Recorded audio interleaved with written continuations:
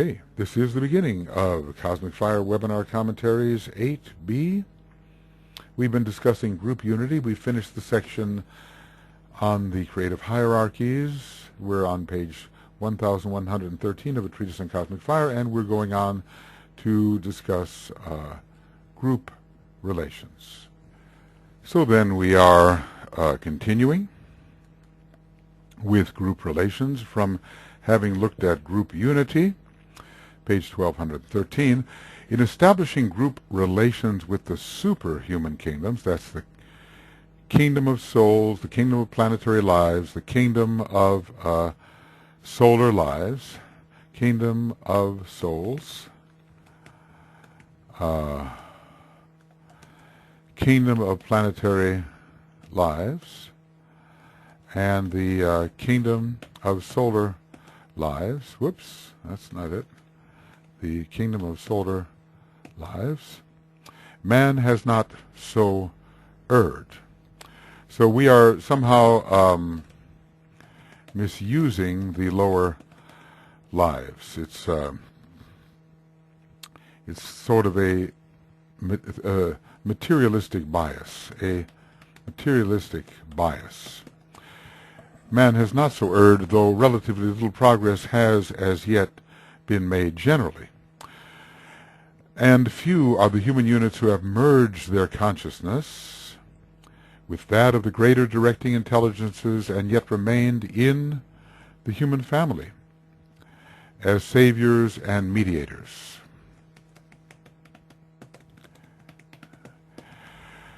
Yes. Well, it seems that the Christ was one, the Buddha was another. They kept their contact. Those on the path of earth service particularly have merged their consciousness with the greater directing intelligences and yet, in a way, remain with humanity as guides and teachers. So the progress here is not so great, but it is now going to accelerate, and this is the true Raja Yoga, to merge one's consciousness with that of the greater directing intelligences and yet remain in service with the human family. And to this, the power of Agni Yoga will be added in this new age. The yoga of fire, the yoga of synthesis. It will be apparent, therefore, that in the fourth or human kingdom, wherein the fourth hierarchy is seeking experience, note that. The fourth creative hierarchy is seeking experience through the fourth kingdom, and also through other kingdoms, through the kingdom of souls, and even earlier and unconsciously through the lower kingdoms, as far as I can understand. There is an effort on foot to effect the merging or centralization of the forces of three groups. This is happening in the fourth kingdom. The merging of three groups. We are living in an age of integration and of fusion, and the Aquarian energies will certainly help this. So, okay.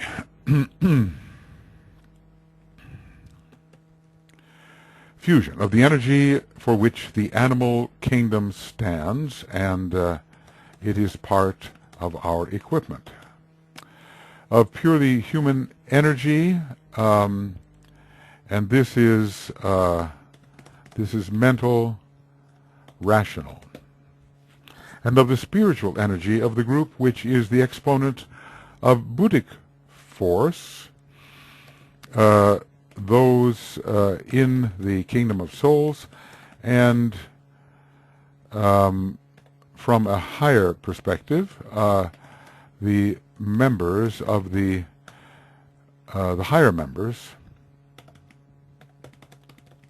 of the fifth creative hierarchy, the solar angels, thus bringing in at the third great realization the force of Atma itself, of which Buddhi is but the vehicle. Well, the third great realization, that's an interesting term. Of course, it can mean the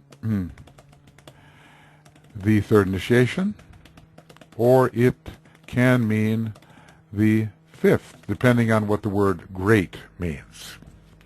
If we say that the first great initiation or realization is the transfiguration, then the third is mastership, and mastership is particularly focused in terms of spiritual will and Atma. So in the human kingdom now, these fusions are occurring. In the human kingdom, these fusions are occurring, and we are in this process of fusion, looking above, looking horizontally to our fellow human units, looking below, and trying to come into right relationship.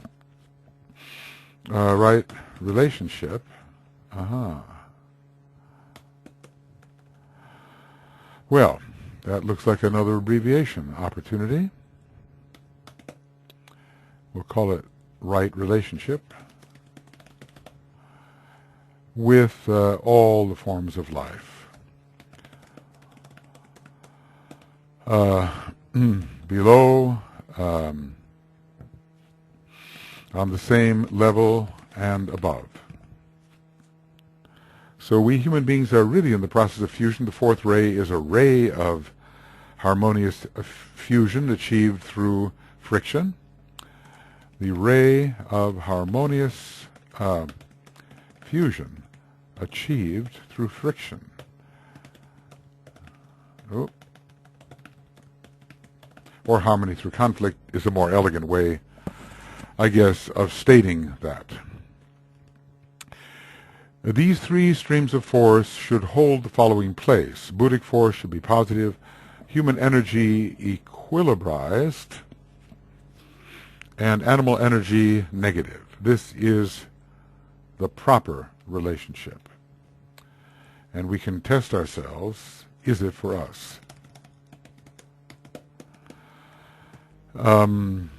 Does this pure reason, love, wisdom, higher harmony, intuition guide our lives? Are we tranquilly receptive to it, or receptive to it in a balanced manner, and can we affect our lower principles, which the animal also has, in a way that it behaves and is properly trained?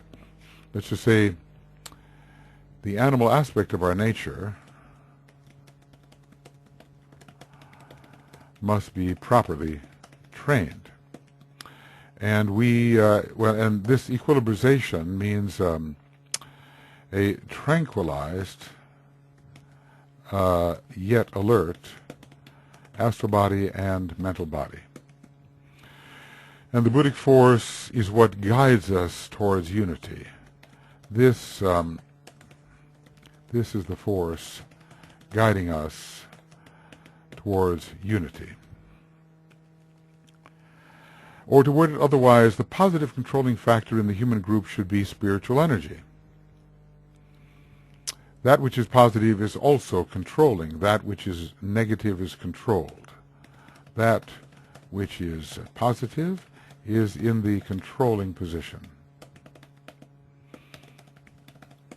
So, can we be guided by this unifying, lovingly wise factor, this factor of loving understanding? The positive controlling factor in the human group should be spiritual energy, and let's just say, look at the position of the fourth creative hierarchy. It is on the Buddhic plane. See, how did that happen?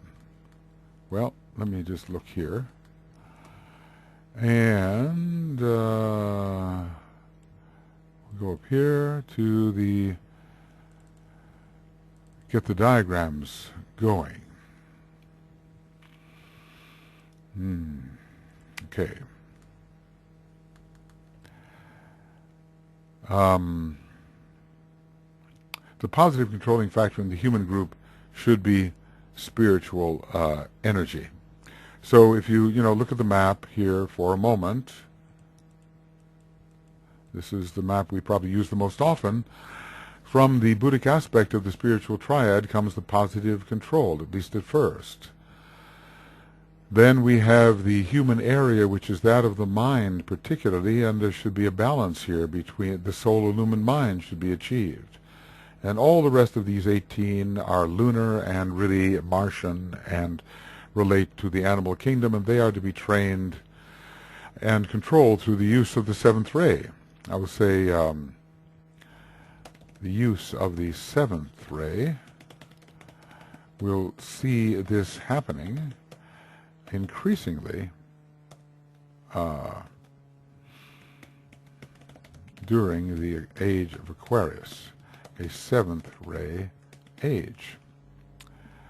So the human energy is particularly human energy relates most to the mind in its two aspects. But so far our lower mind is in a way excessively strong in some. And as I've said before, the new schools are to be brought into existence to counteract the tendency of the lower mind to be dominant. So, spiritual energy, we are to be controlled by the spiritual triad. From the planetary point of view, we can even say that what's needed here is Mercury over Venus over Mars. Mars representing the animal kingdom, Venus in this particular case representing the realm of mind, where the human being strictly is focused, or the human being as a human being is focused, and Mercury the realm of the Buddhi or the spiritual triad. And sometimes we might want to reverse that Venus and Mercury, but we just have to understand why. So the positive and controlling factor in the human, in other words, our motive should be love, wisdom, and pure reason, and intuition, and harmony. These are all expressed from the Buddhic plane. The solar angels are great exemplars of Buddhi, and the masters of the wisdom are great exponents of Buddhi. And the human being, which right now is increasingly an exponent of Manas, and in its higher brackets very much so, has to incorporate the Buddhi. And this is the big challenge. Will the magic of the New Age be purely monastic, or will it be Buddhi monastic, in which case it will be white magic? DK has talked about the battle of the magicians coming up, or the contending of the two types of magicians, purely monastic and those who are the white magicians, and presumably guided by this positive controlling factor, which we call the Buddhic energy. Notice when we talk about spiritual energy, we're talking about the spiritual triad. When speaking of, quote, spiritual energy, we speak of the spiritual triad. Okay. So the positive controlling energy in the human group should be spiritual energy toward which the animal nature should be entirely receptive. And this is our occult training, this is what we're trying to do. We are trying to do in our occult training. These two holding towards each other the relative position of father and mother, and I suppose the son is the equilibrizer. The human being is the son of mind, who is the equilibrizer. The purely human being serves as the balancing factor and brings about an adjustment between the spirit aspect and the material. At first, the solar angel helps the human being do this. Then the human being can take over. It's that way with parenting too. You teach your children what they don't know yet, and at some point you step back and they can do it just fine. It's like riding a bicycle.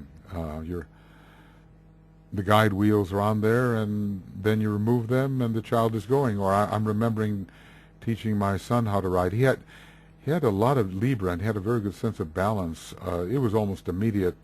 At first, the parent was there, sort of holding on to the bicycle, running along, and making sure there was no fall. Then the parent lets go, and the child is riding the bicycle, unknown to himself that he is really riding without the parent's guidance.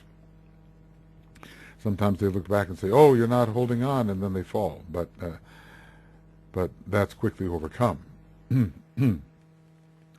It is this triple group relation which makes the microcosm such a genuine reflection of the greater man, and the fourth kingdom a true exponent of the cosmic process. In other words,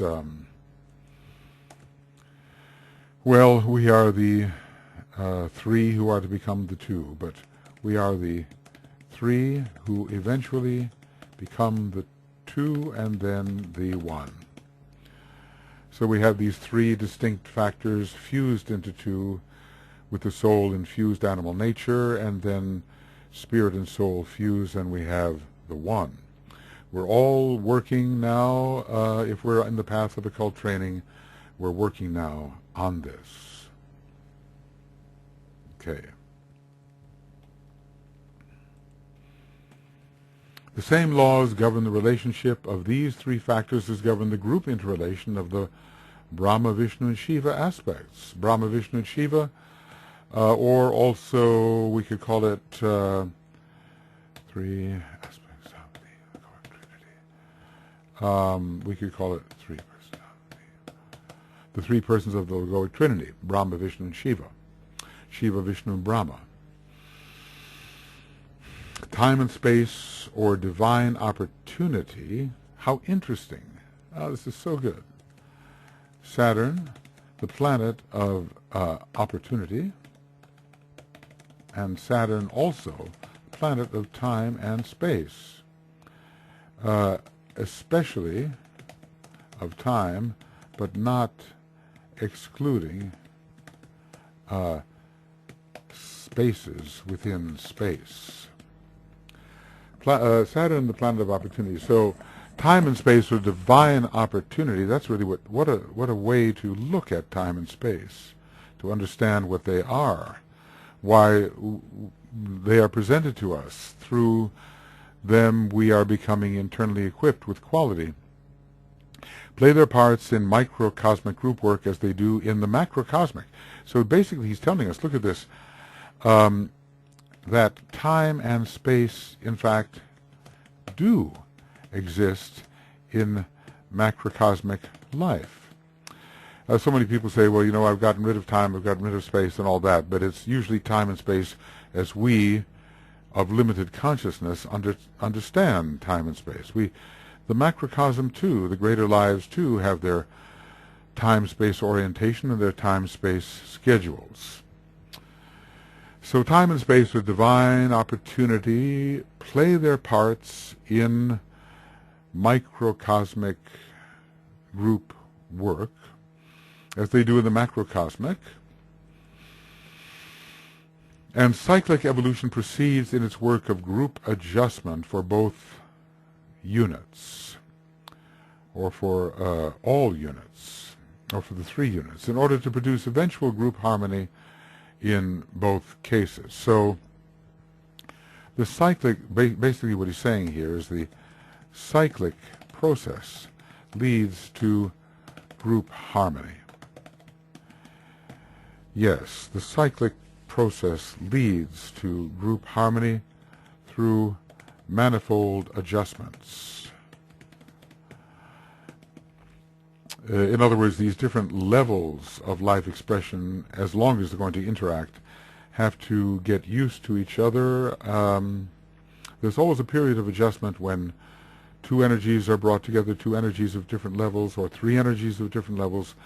A period of perhaps some friction at first, and then a smoothing out of the process, the fourth ray and the seventh ray at work.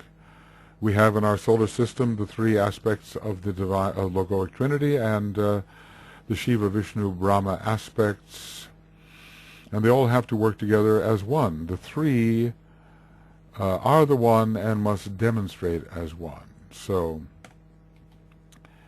yes. Okay.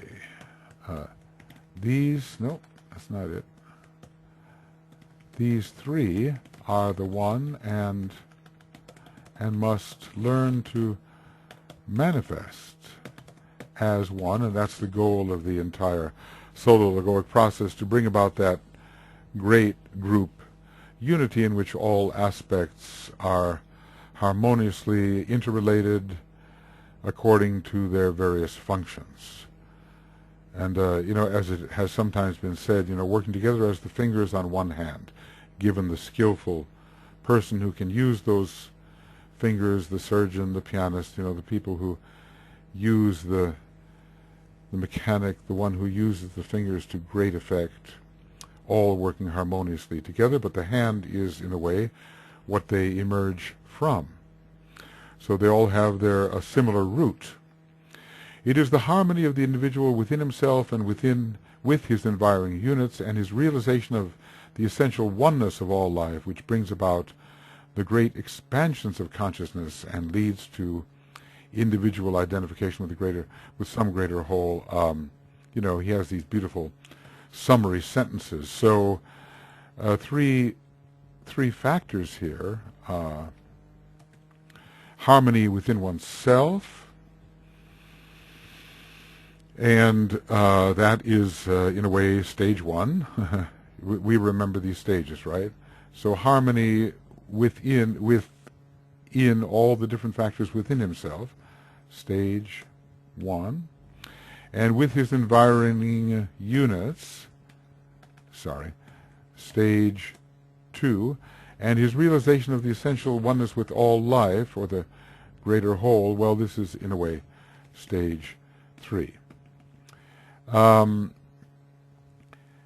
Well, let's put stage three here, the essential oneness of all life. And so if we are harmonious within ourselves, and so many of us are somehow inhibited or frictionalized by internecine warfare, as the Tibetan calls it, the different parts of ourselves warring against each other in the pre-integrated state. You can hardly be at peace with others if you're not at peace with yourself. So once we achieve a degree of internal peace between the different aspects of ourselves, harmony, we can relate to the parallel units, our environing units of the same type, and also in other groups.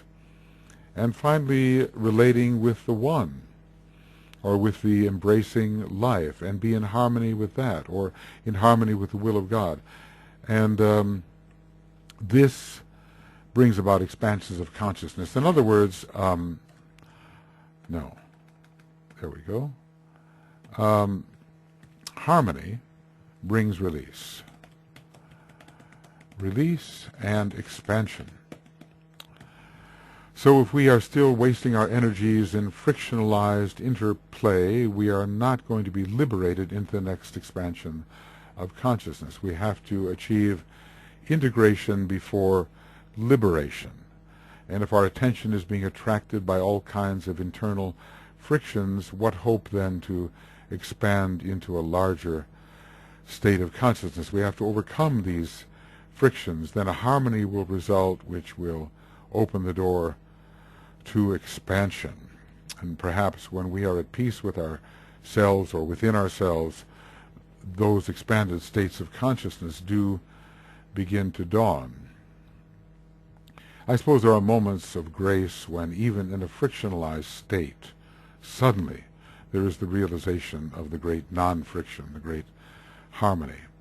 But in general, if human energy is preoccupied with fighting, it's not going to move ahead cooperatively. The human race that's fighting with each other all the time cannot move forward into what a realized unity can reveal. So we have to bring our fourth ray into a state of harmony instead of always pursuing conflict. And then the second ray aspect of the human soul, one day it is to be a second ray soul of humanity, will show itself in a great expansion of consciousness.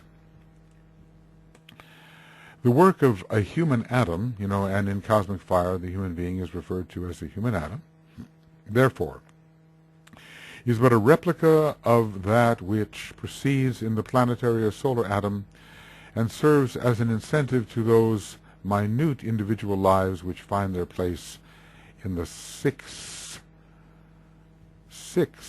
subhuman kingdoms. Yes, indeed, I see how it goes. 3 elemental and 3 material. Notice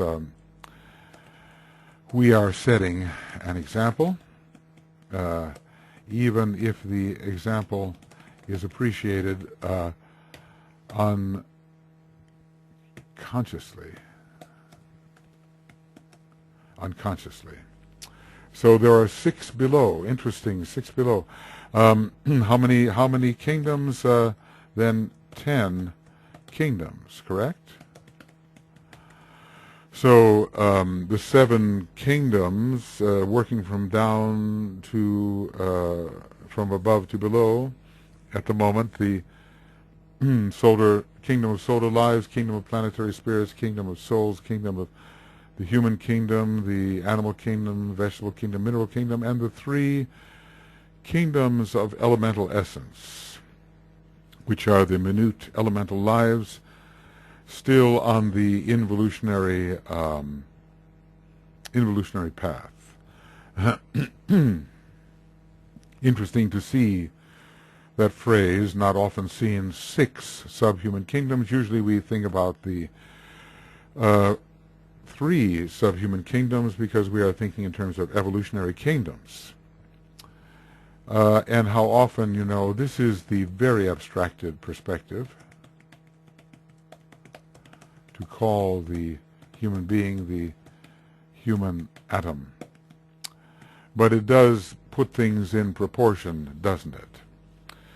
And the wonderful way that this book proceeds is to always give us this parallelism between 4 types of atoms. Sometimes other atoms are brought in, but the concentration is upon 4, particularly the atom of substance, the human atom, the planetary atom, and the solar atom. Each one of these beings considered to be an integrated unity which has to consciously or unconsciously relate within itself, relate to its peers, and relate to the containing whole in which it plays its part. In one case, we have a correspondence of so close a nature as to be almost a replica, and on a replica on a tiny scale. In one case. Now, what is that case? And I would say that case, to me, is the correspondence between the solar atom and the human atom. As I've said, I've often found correspondences to be more faithful and more accurate when comparing the solar logos to the human being than when comparing the human being to the planetary logos. Maybe someday I'll show you what I mean for those kinds of correspondences which come up a bit vague in the comparison between the human being and the planetary logos, but seem to be clarified when comparing the human being to the solar logos. In the other we have analogies which produce what may be regarded as a reflection of the whole.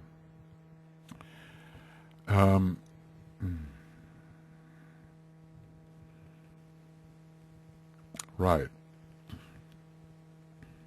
In both cases, we have basic group relations, fundamental group laws which produce group interrelations and bring about an essential union between all forms of life. So we have relations and the laws which are to control those relations. That's what we have. Okay, we have and the laws which are to control those relations. Not so many human beings yet live according to the law of the soul or the laws which are to control group relations between human beings. We live according to arbitrary systems of justice which are man-made and oftentimes ensure the material rights rather than have anything to do with what we might call spiritual rights. It is not my intention to say much anent group forms and work. Well, not yet, anyway. Maybe later in the book Esoteric Psychology. It is for the student to study himself and that which surrounds him and thus arrive at his own conclusions. We will therefore close this part of our treatise by a brief enumeration of what? Let me just see if I've really gotten this correctly. The work of the human atom, therefore, is but a replica of that which proceeds in the planetary or solar atom, and serves as an incentive to the minute individual lives which find their place in the 6 subhuman kingdoms. And that incentive is going to be, somehow an unconscious incentive, really. These lives are not self-conscious, though they are conscious. So in one case, we have a correspondence of so close a nature as to be almost a replica on a tiny scale, and as I said, I've given you my opinion about that. In the other, we have analogies which produce what may be regarded as a reflection of the whole. The whole is the solar logos, in a way, in this context, and that whole is reflected in the planetary atom, the human atom, and the tiny atom or even particle of substance. The tiny atom is composed of constituents which themselves are molecular. In other words, they have parts. The constituents of the atom still have parts, and who knows how subdivisible these parts of parts of parts and so forth can be.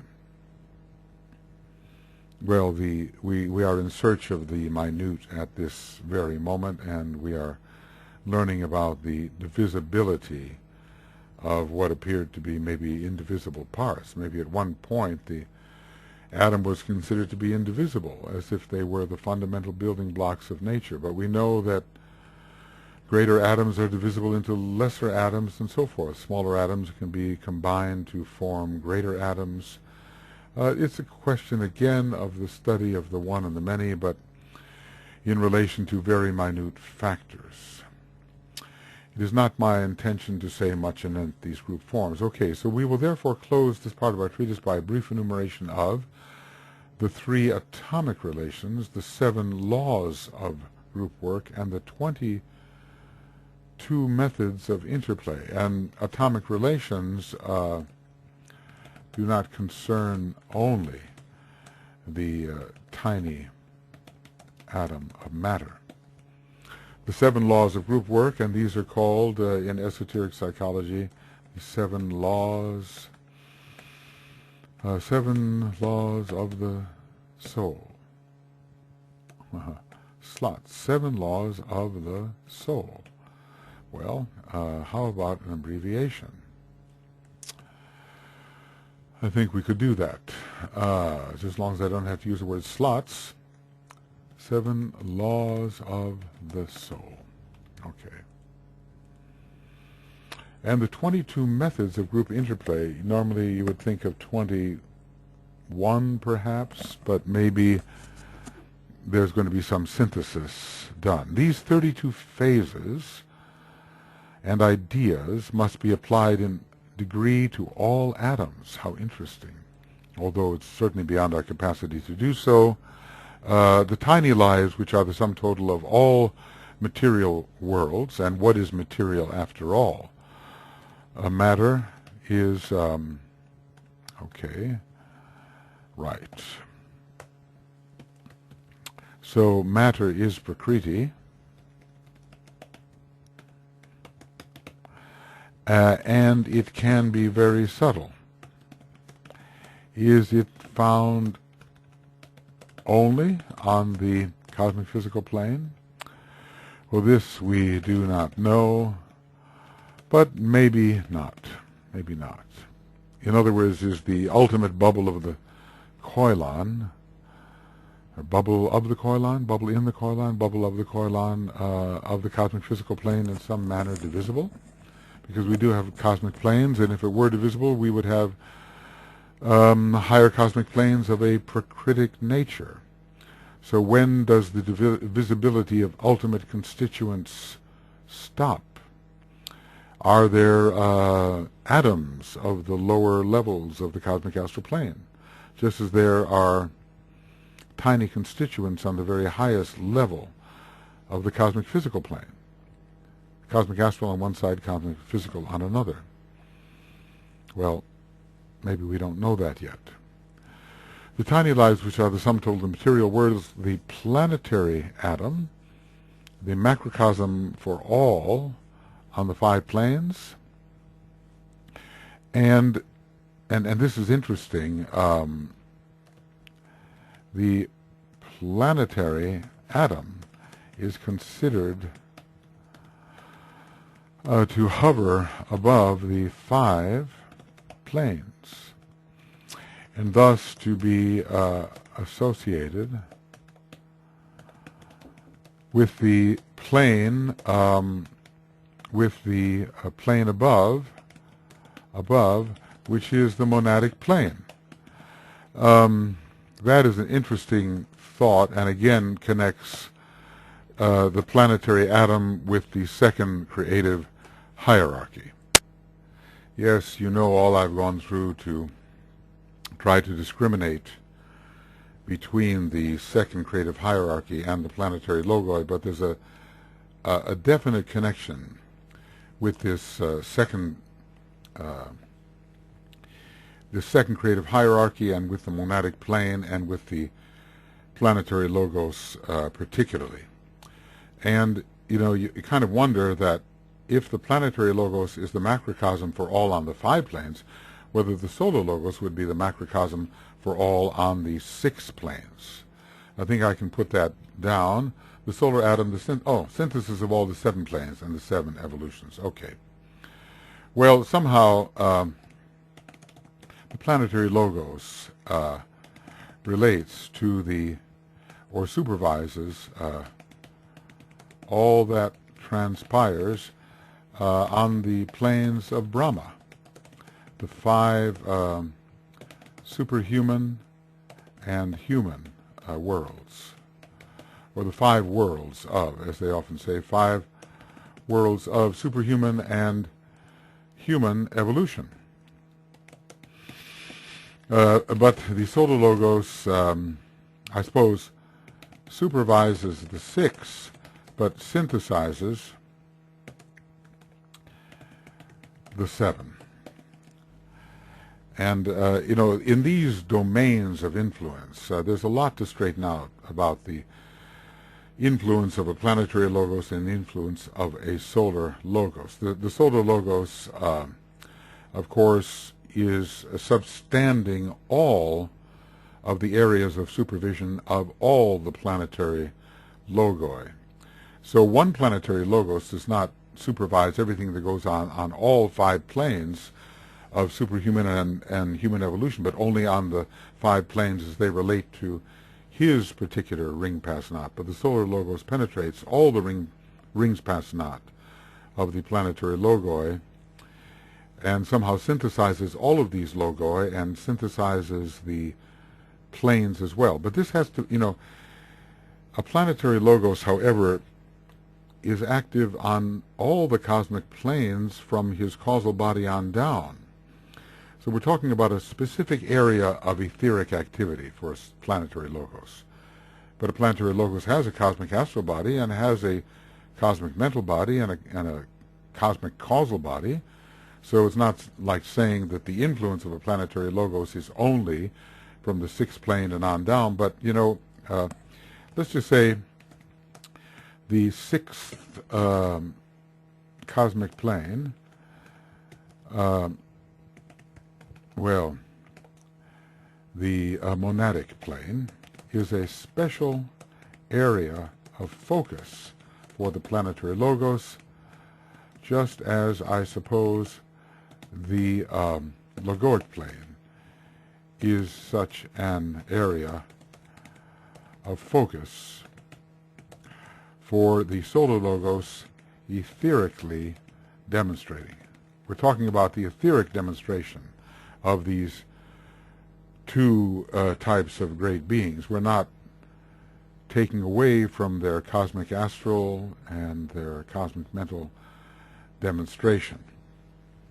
There is that gap, as I've talked about, between the location of the causal body of the solar logos on the first subplane of the cosmic mental plane and the causal bodies of non-sacred planets, or at least of the Earth, on the third subplane, and reason seems to indicate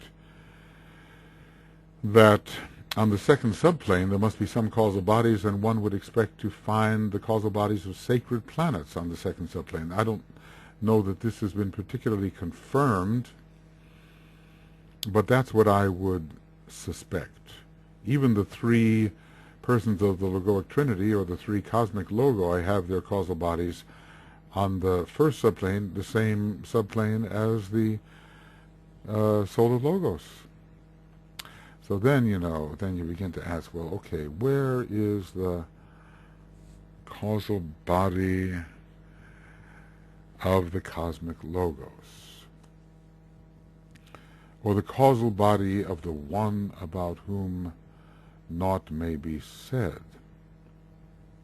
Are these on supercosmic and super-supercosmic planes? One day, in an effort to play a great mind game, I suppose, we will draw up those super cosmic planes and super-supercosmic planes and try to figure out the correspondences as to where those causal bodies would be. There would be a way to think of this, but I'm not going to trouble my head about this right now, because, there's just so many things that haven't been assimilated that are much closer to home and are so necessary for the life of discipleship. Would be interesting, because as I've said, if solar angels have monads that are not on the cosmic physical plane, then the great solar Petri, or solar angel, which underlying the causal body of a solar logos, would have a monad on something that is a super cosmic plane, not on the list of cosmic planes at all. In other words, all our 7 cosmic planes would become an etheric, physical, supercosmic plane, and probably that monad would have its place on the supercosmic astral plane, which is never drawn, of course, but which can be imagined. And then we can say, in a way, that the one about whom naught may be said has kind of a life demonstration on the second ether of the supercosmic planes.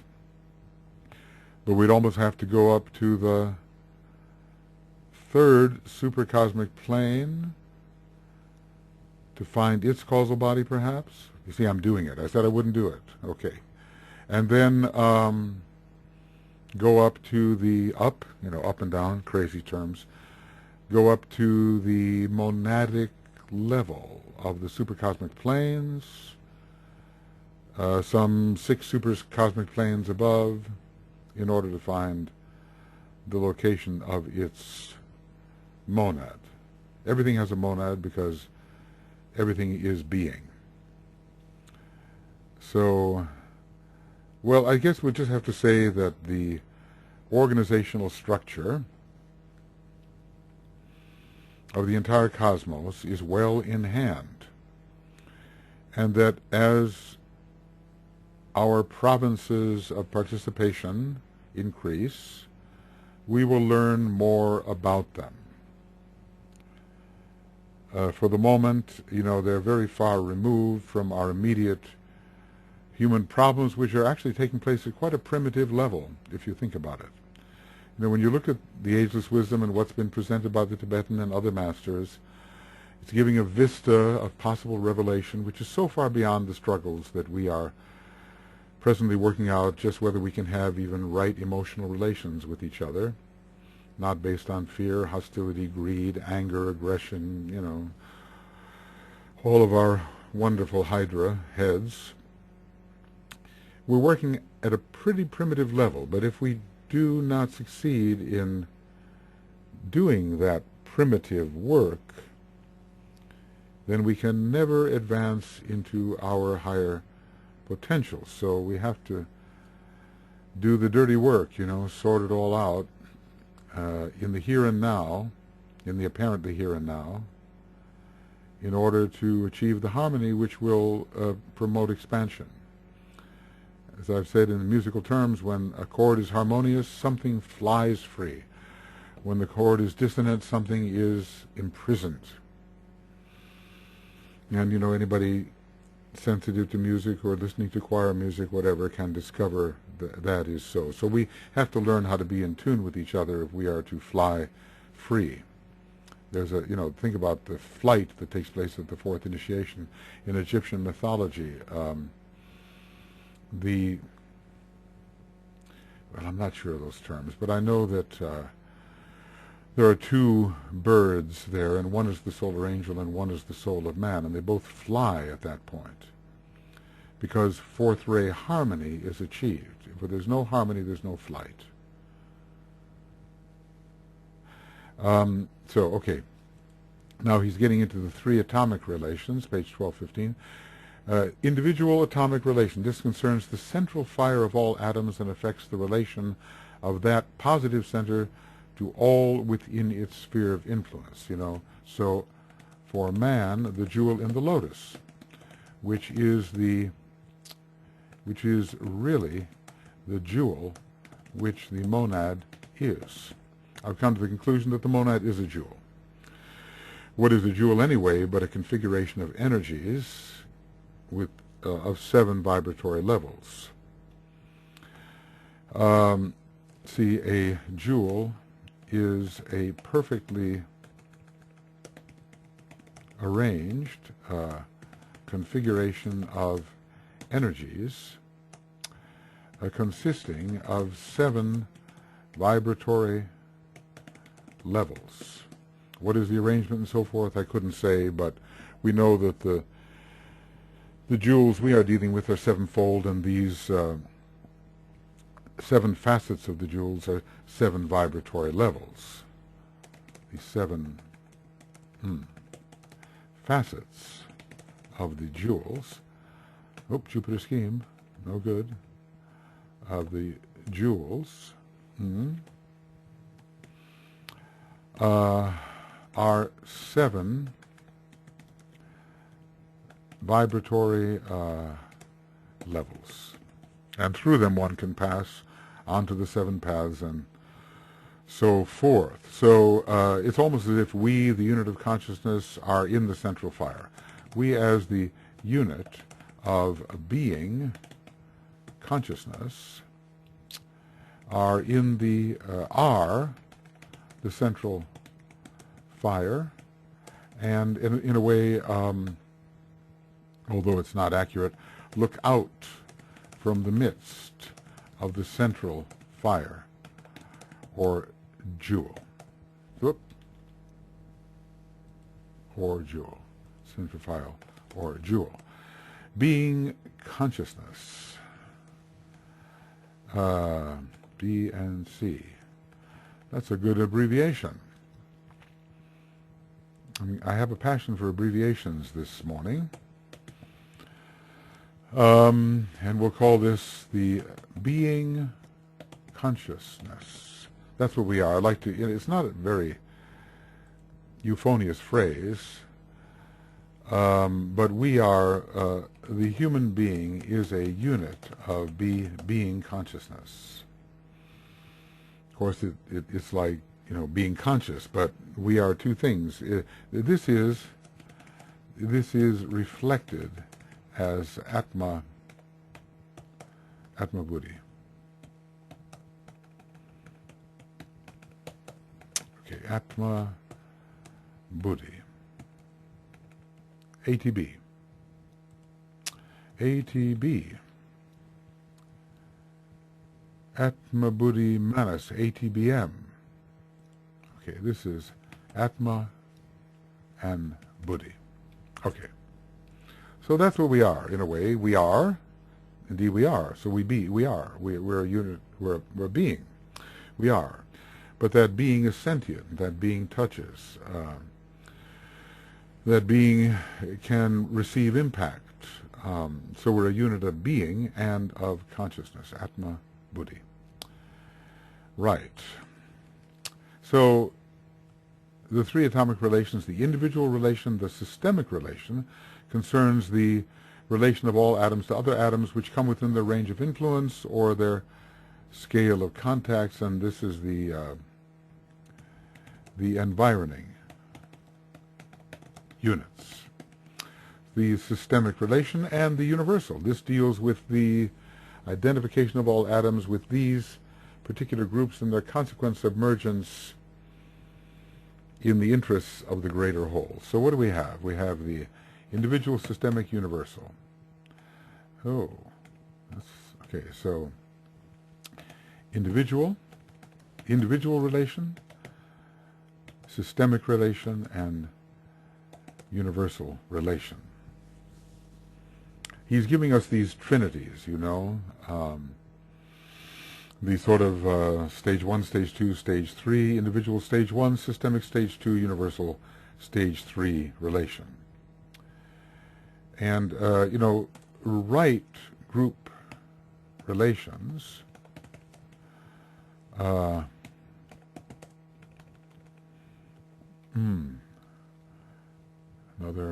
another one of these, if you don't mind.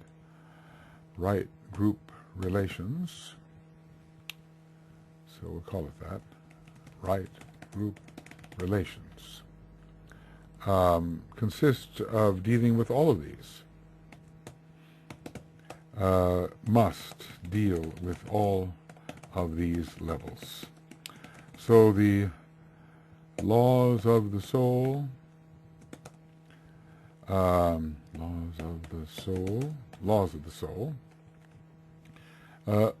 have to do with these relations.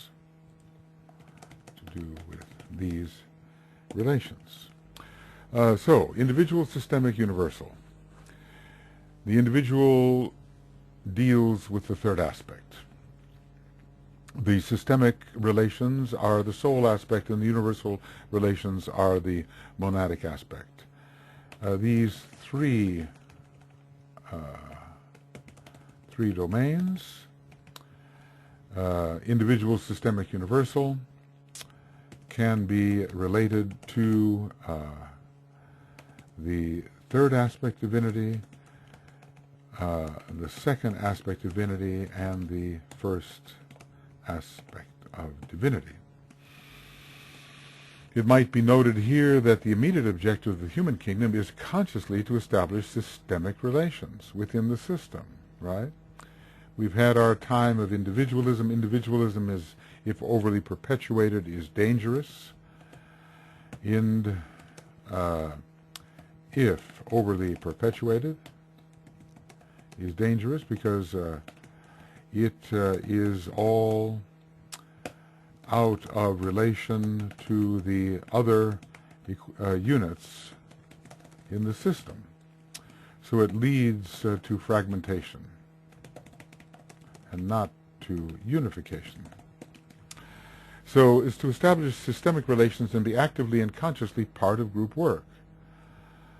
Well, this is so practical, and we begin to understand how this works out, even in our esoteric field, and how, so many of us have been unfortunately involved in altercations and frictions between those who should be working harmoniously in brotherhood. Our lack of loving understanding accounts for this, and somehow we reinforce our individualism. Well, after seeing the failure of that particular approach, perhaps we can get on with establishing systemic relations, and I want to say harmonious systemic relations. The individual consciousness of relationship is somewhat established, owing to there being self-consciousness. It's the first stage of Leo, right?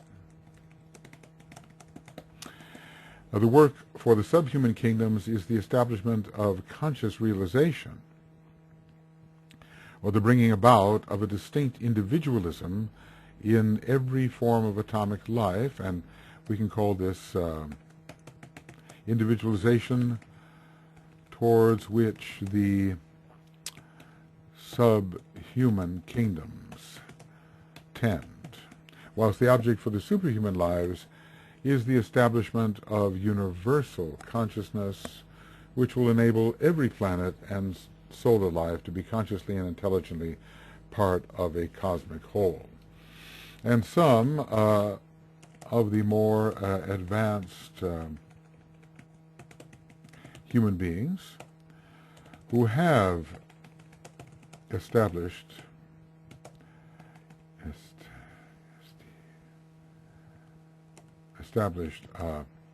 right stemic relations are working on the first phases of universal relations. So anyway, the non-self-conscious lives are working through self-consciousness. The individual lives are working towards group consciousness. The group conscious lives are working towards universal consciousness.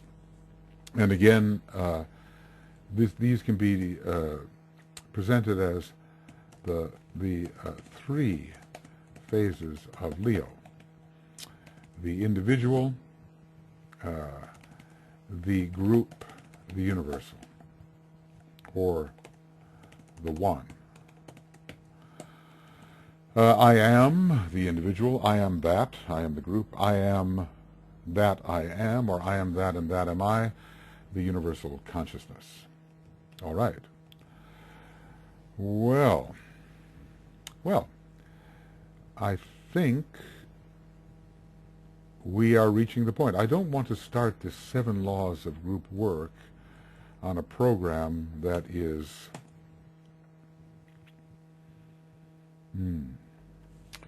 on the tail end of a program. Okay, so this is going to be the end of a Cosmic Fire webinar commentaries 8B, page 1216, and we're going to begin with Cosmic Fire webinar commentaries 9A on page 1216, and we'll deal with the laws of group work. And meanwhile, I think it would be advantageous for us to, at this point, sound the great invocation together.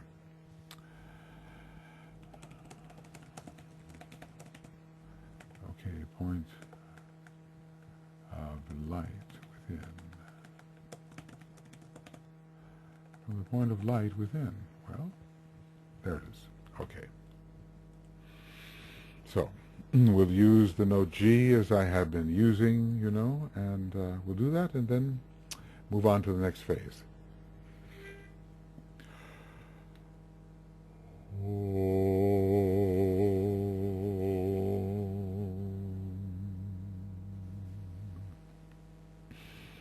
From the point of light within the mind of God, let light stream forth into the minds of men. Let light descend on earth. From the point of love within the heart of God, let love stream forth into the hearts of men. may Christ return to earth. From the center where the will of God is known, let purpose guide the little wills of men, the purpose which the masters know and serve. From the center which we call the race of men, let the plan of love and light work out, and may it seal the door where evil dwells. Let light and love and power restore the plan on earth.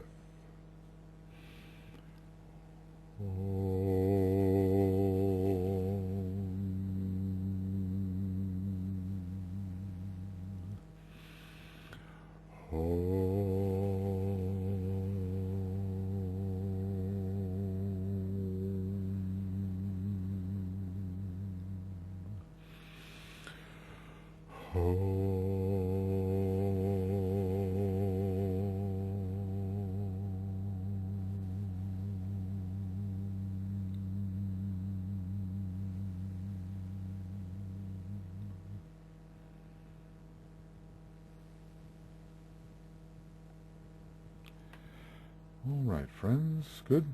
We will move on to number 9 in just a little while, and getting into this really big subject, which is expanded powerfully in Esoteric Psychology Volume 2, and I hope I do get to that book. It is the book which I have taught the most, in a way, in many, many esoteric psychology courses. Well, it seems like many, many. Maybe it's not really many, many, but over a long period of years.